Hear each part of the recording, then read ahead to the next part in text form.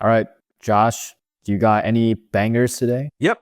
I've got I've got one that has has been on my mind for a while because of some personal experiences that I've had. It's kind of one of those like take my money situations, I guess. But I feel like I'm not even the one who's like the real customer for that, and there's a serious opportunity here for like a high priced idea that you could sell to a high value client. So I will give the name. We're gonna call it Crew Swipe. And I say Crew Swipe because I'm basically taking Tinder's virality and Tinder's strength with that and applying that to recruitment. But I'm gonna go a little bit deeper than just recruitment. So in the film industry, there's really no time to actually screen the people that you're hiring. It's more so just like a cattle call, so to say, especially when it comes to like hiring positions like background actors or assistants on set. It's a cattle call. They're calling people in. Whoever knows someone who knows someone gets hired. There's no resumes getting checked. It's just do it all as fast as possible. And this system mostly works. It is how the industry runs. But there's also a lot of accidents on set, and like I've personally seen some pretty crazy things. Like I've seen like concrete roofs just like collapse on people. I've seen people like steal ridiculous amounts of things from set, like maybe it's food from a craft table. But I've also seen some maniac like call in on a radio and be like, "Hey, is it okay if I take gas from the generator so that I can fill up my car for free?" People just steal left and right. There's a lot of bad behavior that happens on set. And usually, the bigger set that you're on, the more that gets compounded. And as that gets compounded, it just leads to things like class action lawsuit, just an endless amount of problems that may even result in what's being created not ever getting completed.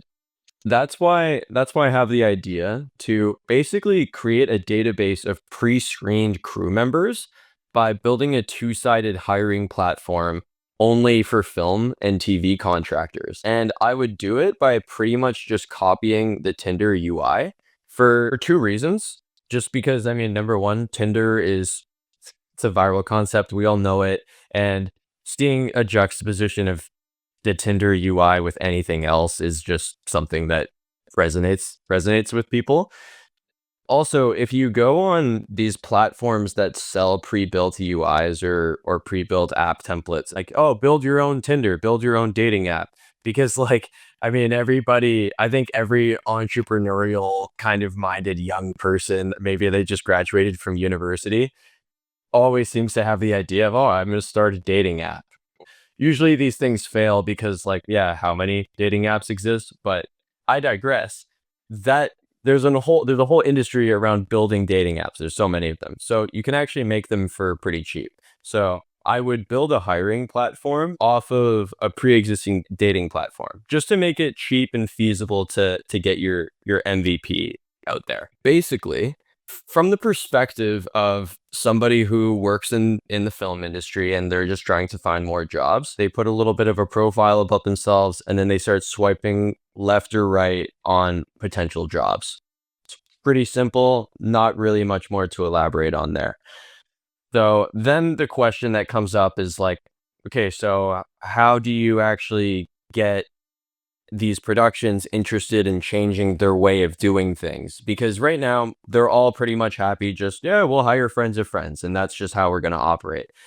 So that's why I would sort of Trojan horse the find a job aspect of it by actually making a kind of heavier than usual onboarding process where you're actually taking the time to do things like psychological evaluation, background checks, whatever information that you can build up that just anybody would want to know. Like, hey, is this person crazy? Because that's a legitimate concern. This onboarding system, and you have these people on the app, then you actually would be building up a pretty good database of just potential crew members around the city. Going deeper than that, you can actually have them be screened, and producers can actually go into it with confidence. And that's something that productions will pay a great deal of money for.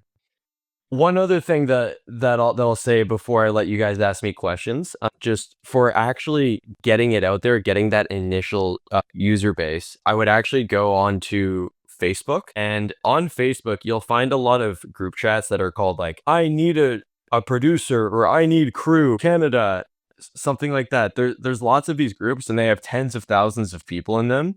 And the engagement is unbelievable. Like you go on these things to post a job, you'll get like 5,000 DMs just like that.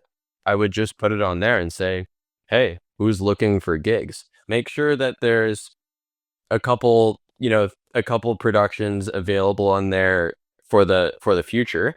But you could actually find a pretty strong user base right off the bat, just by capitalizing off of the immense amount of highly engaged audience that are on these Facebook groups that are meant for, hiring people for productions. So when you're talking about hiring people for productions, you're talking about the production crew. You're not talking about actors or anything. It could go with actors. So the important distinction, I wouldn't do principal actors, because there's just you need to have a very, very intimate process with figuring out who you're going to have on that, and that can't be automated. I think that system does not really need to be overhauled. But in the world of background actors, where let's say a producer needs to have 200 people come in to be in the background of a party scene or a concert or something like that, well, they should actually see a lot of value in something like this, because this could help them avoid using agents and paying the fees that they have to put on them.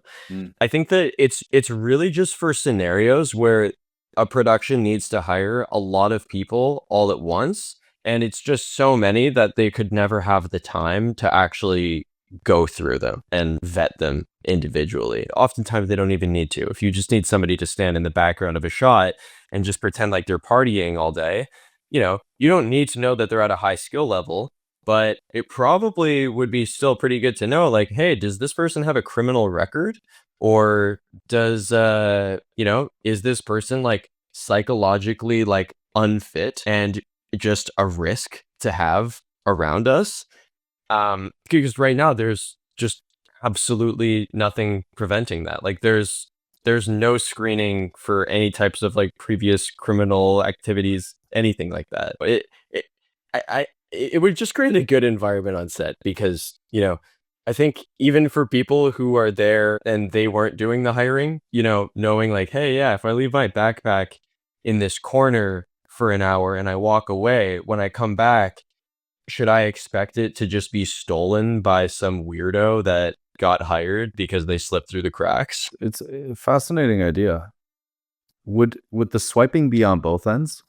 And would it need to be? I don't think it would need to be on both ends, but it could be. I think it would be interesting to provide the option to see how people interact with that. But I think that the real value would just be in, speak the language of these people who are not producers by giving them this Tinder UI that feels very familiar, and you just swipe left or right on jobs, and it's very simple. And then once that actually gets out to production companies and the people that are actually doing the hiring, they're just used to seeing it on spreadsheets. So like honestly, you would probably just need to give them a grid of names and then a check mark on if they're good or not. I would only hire my sound assistants on this app that are 6 feet tall and above. Only 6 feet tall and above sound assistants. That like sound guys, like there's kind of like a thing in the industry where like people say like, yeah, sound guys are like always weird. That could actually be like the content for, if you, let's say you're making a TikTok to promote this, just say, hey, are you tired of hiring weird sound guys? Like, well, here's a way to get around that because I mean, these days, there's so many different ways that you could quickly do a psychological evaluation of someone. You know, there's definitely like forms and questionnaires that exist, but kind of like John's company, Searchless, it could also be something that might even make sense to be powered by an LLM. So it doesn't feel like they're, you know, giving up particular info or like they should, sort of say something that they want to hear and, sort of promote being more open-ended. But yeah, just checking people's personalities would really be helpful. I would probably like also in these profile photos allow the multimedia kind of option and let these people either upload their reels or past film projects, but also allow them to upload photos that they got behind the scenes as a film crew, just like to show, oh yeah, I was actually there, or prove to other people that you were actually on the set of the worst movie that was ever made, Joker 2. You were in the behind the scenes production team of Joker 2 with Lady Gaga.